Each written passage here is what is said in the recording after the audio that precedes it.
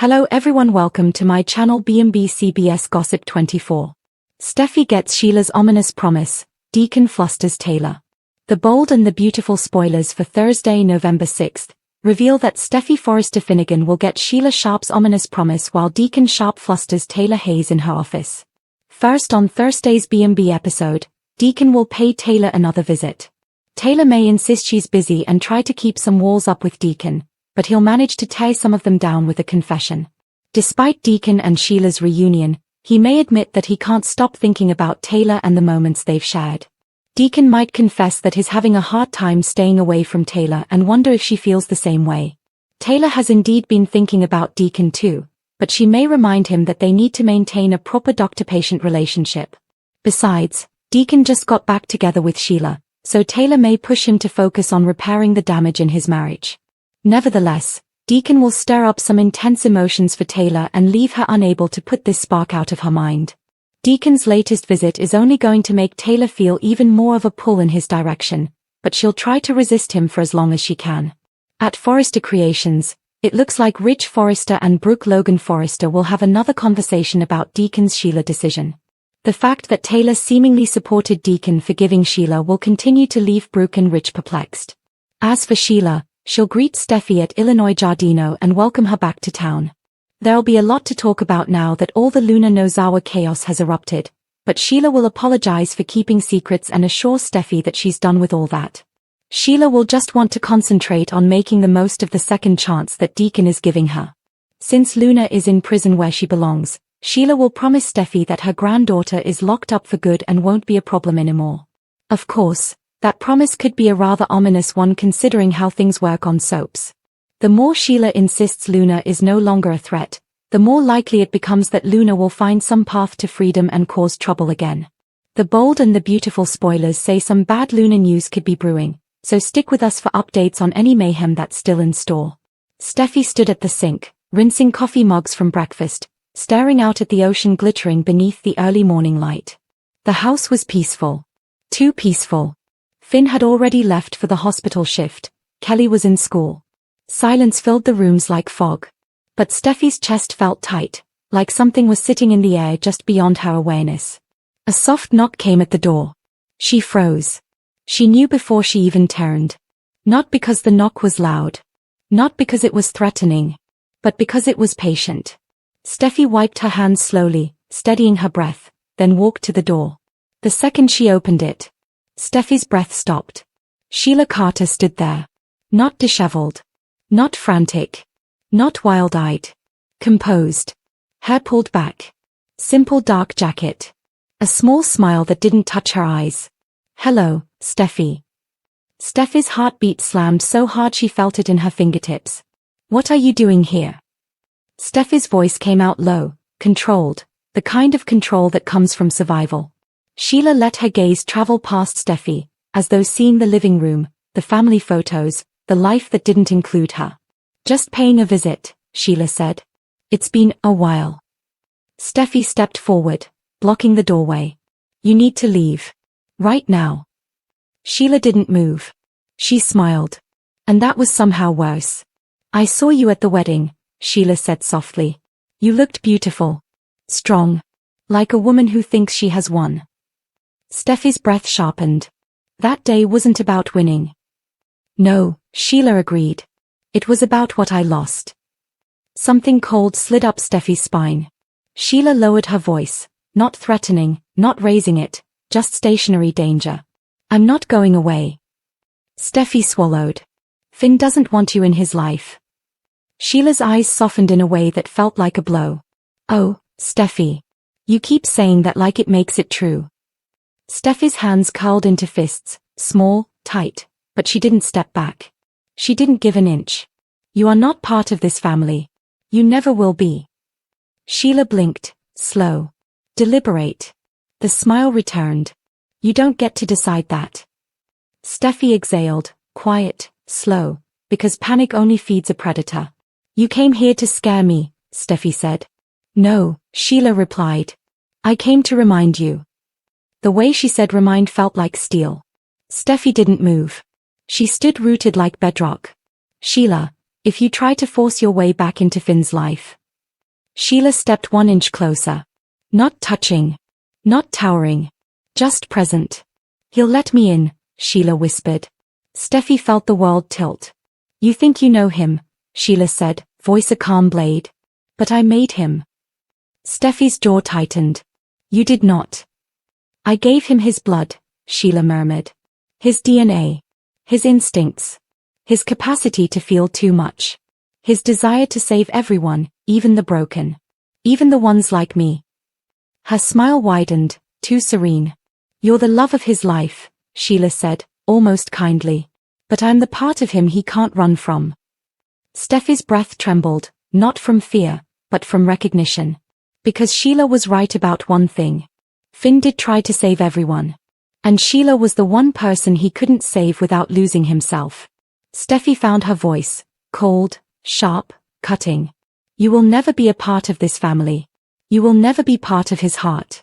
He chose us. He chose this home. And he will protect us from you. Sheila's eyes glinted. That's what I'm counting on. Steffy froze. Because the way Sheila said it was sincere. Like she wasn't threatening violence. Like she was promising inevitability.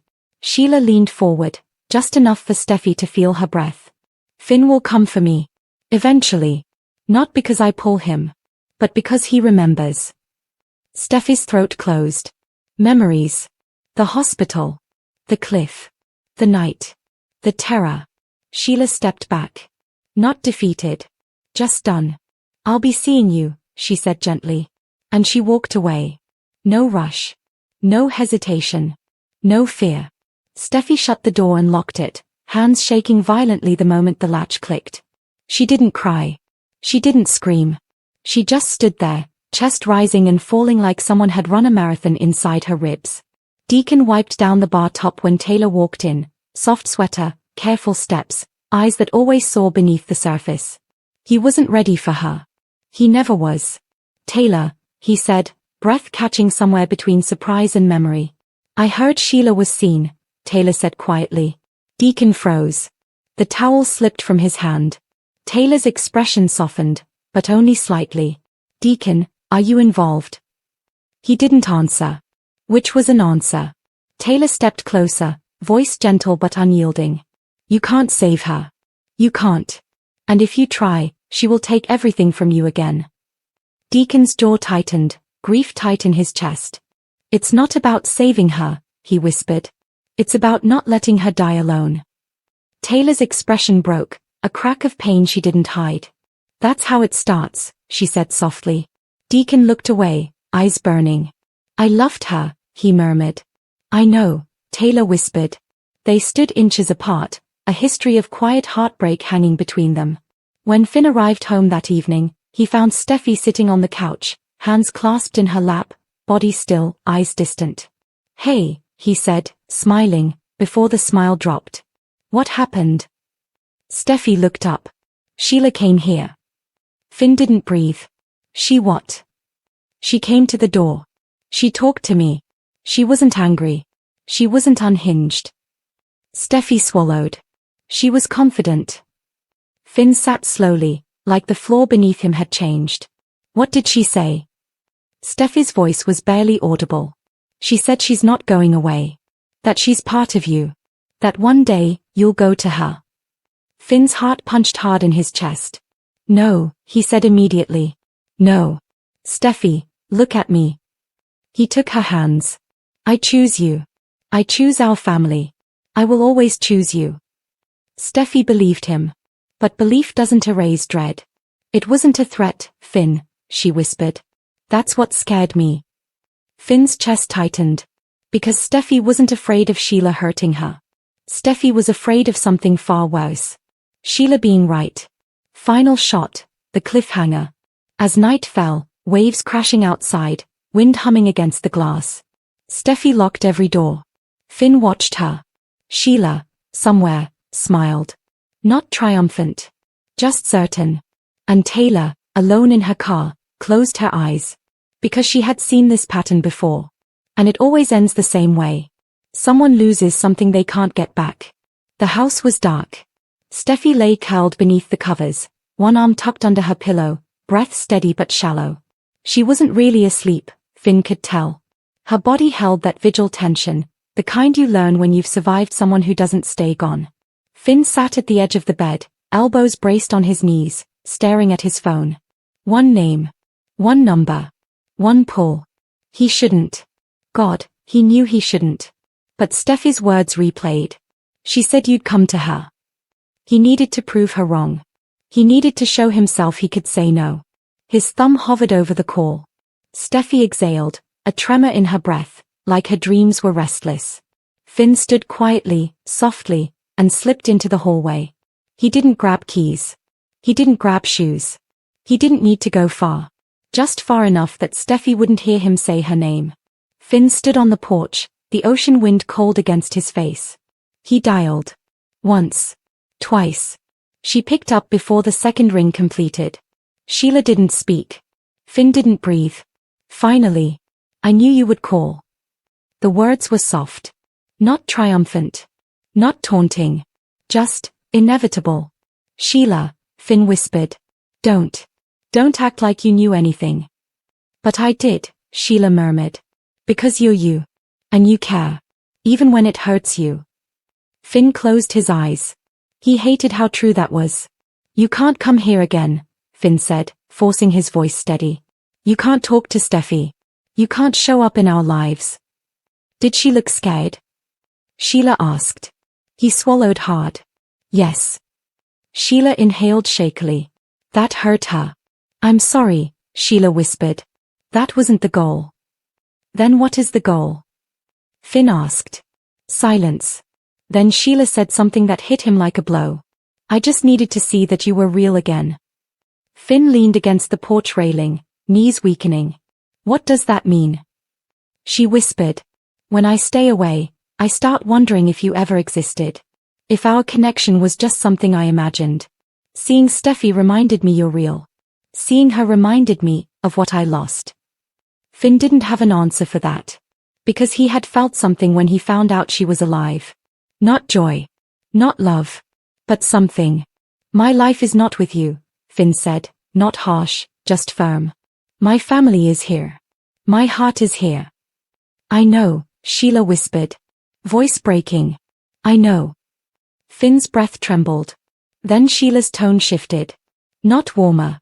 Not softer. Just true. But we don't stop existing in each other's lives just because she wants me gone. The bedroom was dim when Steffi's eyes opened. The other side of the bed was empty. No footsteps. No light. No sound. Just absence. Her stomach dropped. Finn.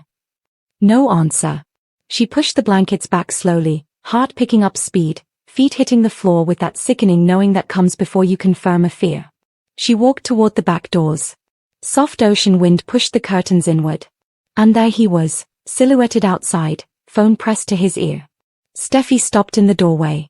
Finn's voice was low, raw, achingly familiar. I'm trying to do the right thing. And then, Sheila, please, don't make this harder. Steffi covered her mouth. Not because she was shocked. But because she had been right. The thing she feared had already begun. Not the affair of bodies. The affair of emotional gravity. She stepped back, quiet, unseen. Her heart didn't break loudly. It cracked silently. The worst kind. Finn didn't go back to bed. He didn't sleep. At sunrise, he drove, not to the hospital, but to the place where this always ends. Sheila was already there. Sitting in a corner booth. Hands wrapped around a small cup of black coffee. No smile. No theatrics. Just eyes that softened when she saw him. Finn sat slowly, the seat across from her feeling like the edge of a cliff. She didn't deserve that, Finn said. His voice was frayed. Unraveled. No, Sheila replied. She didn't. Then why did you come? Finn asked, voice breaking. Why now? Sheila looked down at her hands, her fingers trembling, the first real crack in her composure. Because I thought I could handle being alone, she whispered. I can't. Finn exhaled, heartbreak disguised as frustration. Sheila, he said softly, you make everything harder for yourself. For me. For Steffi. For everyone. Sheila's eyes lifted, and the emotion there was devastatingly human. I don't want to make things harder, she whispered. I just want to exist in the same world as you. Finn looked away, breath unsteady. Because that was the problem. She wasn't a monster right now. She wasn't dangerous. She wasn't threatening. She was just a woman who loved him. And that was worse. Because love is harder to kill than violence. Back at the Cliff House, Steffy sat on the couch, hands folded tightly in her lap. Not crying. Not shaking. Just deciding. Liam walked in without knocking, breathless, urgent. Steffy, someone saw Finn at Illinois Giardino. He's not alone. Steffy didn't react. Liam froze. Steffy, he whispered. She turned her head slowly. Her voice was quiet. Steady. Terrifyingly calm.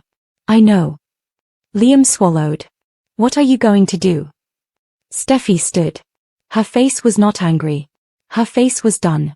I'm going to protect my family, she said. And the way she said protect wasn't soft. It was war. Steffy heard the car engine outside before the front door opened, Finn entering slowly, quietly, the way a man walks into a room where the person he loves is in pain. He didn't call her name. He didn't pretend everything was normal. Instead, he stopped in the doorway of the living room, where Steffy sat on the couch, hands folded neatly in her lap. She looked up. Their eyes met. And everything between them, history, love, fear, memory, stood still. Steph, Finn said softly. Her voice was calm. Too calm. Were you with her? Finn swallowed. There are moments where lies fall apart on their own, not because someone uncovers them, but because the heart refuses to carry them any longer. Yes, he whispered. Steffy nodded, once. Slow. Controlled. Why?